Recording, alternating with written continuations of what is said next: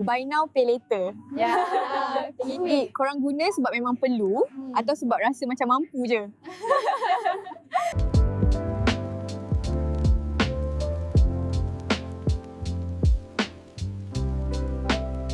Awal-awal memang sedap.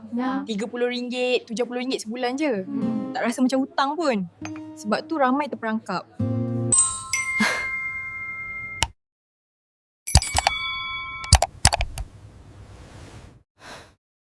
Dekat Malaysia ni, ramai student guna buy now pay later untuk beli phone, gadget, tukar lifestyle.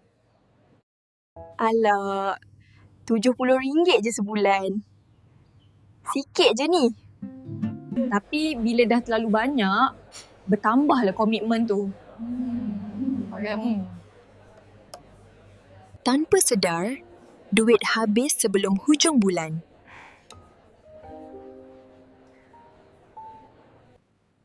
We must caution students against the debt traps hidden in BNPL schemes. These can lead to unmanageable financial burdens.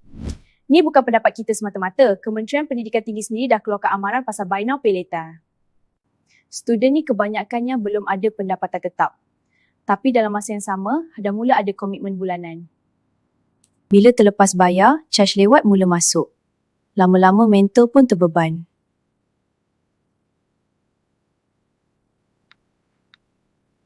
Sekarang ni, travel pun boleh guna buy now pay later. Di Singular, confirm je terus jalan. Tak payah tunggu gaji bulan depan. Confirm best. Jom gerak. Gate mana ya? Masa travel memang seronok. Balik je, trip tu jadi hutang bulanan.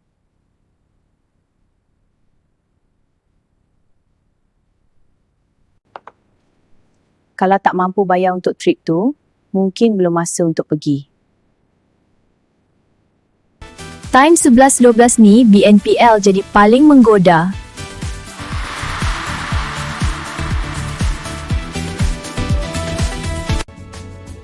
Niat nak tengok je, sekali ter-check out.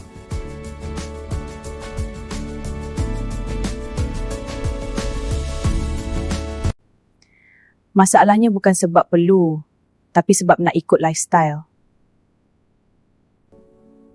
Jadi kalau nak guna buy now pay later, hadkan salah satu atau dua je. Betul, itu lebih selamat. Guna untuk keperluan, bukan sebab ikut trend.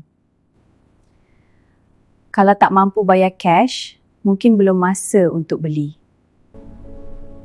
Buy now pay later bukan beban. Cuma kita kena bijak menggunakannya.